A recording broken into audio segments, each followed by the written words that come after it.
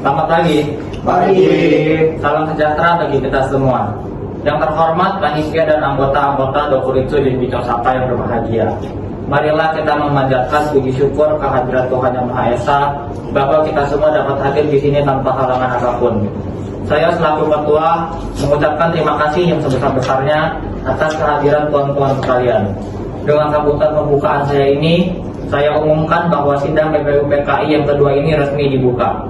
Sekian sambutan yang dapat saya sampaikan. Bila ada salah kurang dari tutur kata, saya mohon dimaafkan. Terima kasih atas perhatian tuan-tuan sekalian. Tuan Ketua, saya di sini akan menyampaikan usulan-usulan yang saya terima selaku Ketua Panitia Kecil yang telah dibuat pada sidang PPU PKI pertama. Usulan-usulan yang dapat saya terima adalah: 1. Usulan mengenai dasar negara. 2. Mengenai unifikasi atau federalisasi. 3. Tentang kenangan. 4. Tentang agama dan negara. 5. Tentang pembelaan negara. 6. Tentang warga negara. 7. Tentang bentuk negara dan kepala negara. 8. Tentang daerah. Dan yang 9 adalah meminta merdeka self tertentu. Kedupanian, saya juga akan mengumumkan bahwa adanya tambahan anggota baru, yaitu Abdul Fatah Hasan, Asiki Nata Negara, Suryo Hadimi Jojo, Muhammad Nur Besar, dan Abdul Khafar. Saya mohon dari tuan-tuan agar sekalian, oleh karena itu menghadapi saat yang suci, baiklah kita menghening kita, supaya janganlah hati kita dipengaruhi oleh sesuatu hal yang tidak suci, tetapi dengan segala keikhlasan menghadapi keputusan bentuk negara yang akan didirikan, dengan hati yang murni yang tidak terpengaruh oleh sesuatu maksud yang kurang suci. Oleh karena itu, saya mohon kepada paduka tuan-tuan sekalian, syukurlah Tuhan berdiri di hadapan hadirat Allah untuk meminta doa. Usul itu kita turuti. Dan marilah kita mengheningkan cipta supaya mendapat pikiran yang suci, murni dalam pemilihan. Bagi anggota yang muslim, mari kita membaca Al-Fatihah untuk memulai persidangan PPU PKI yang kedua ini. Sedangkan yang non-muslim berdoa sesuai keyakinan masing-masing. Berdoa mulai. Al-Fatihah. Mari kita memulai memungutan suara dengan cara voting. Mengapa harus dengan cara voting? Mengapa tidak musyawarah mufakat saja? Karena dengan voting kita bisa memutuskan masalah dengan adil. Kita juga dapat menghemat waktu dengan tidak mengeluarkan kata-kata yang tidak berguna. Marilah tuan-tuan kita lakukan voting untuk menentukan bentuk negara.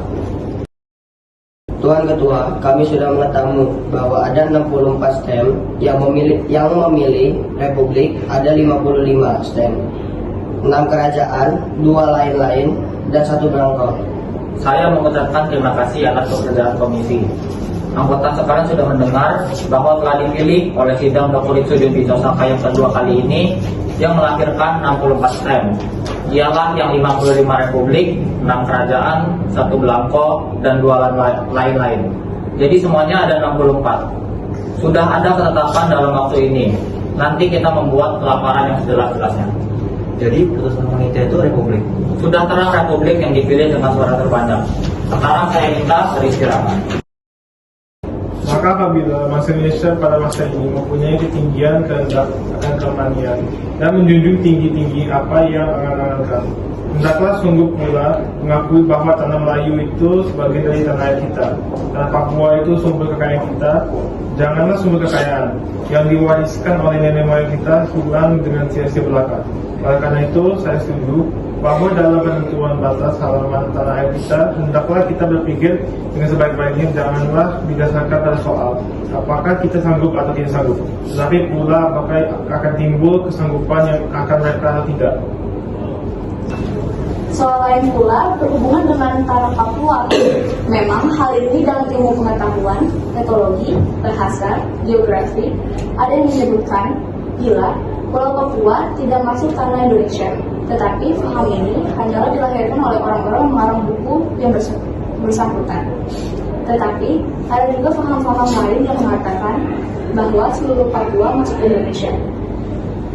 Perkataan Indonesia yang dibuat oleh orang yang mempunyai paham yang mengatakan bahwa Indonesia melindungi daerah Malaya dan Polinesia.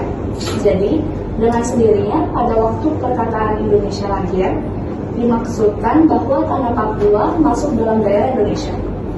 Dalam ilmu strategi, alangkah besar bagi kedua-duanya untuk menjaga sisi masing-masing.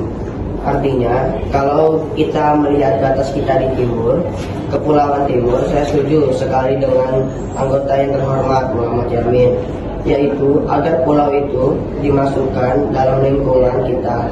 Terletak Indonesia Baru, begitu Pulau Borneo Utara, di mana terletak Sarawak, dan juga negara Papua.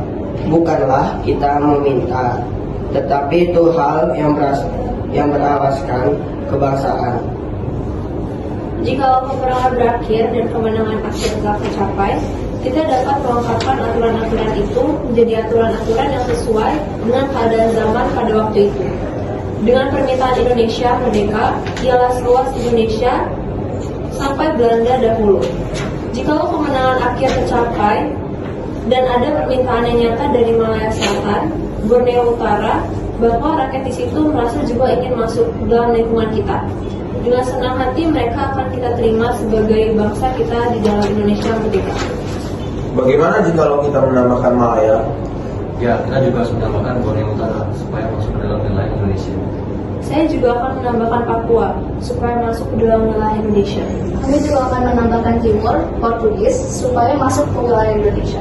Kami bertiga mengusulkan untuk pulau-pulau sekitarnya dapat dimasukkan ke dalam wilayah Indonesia.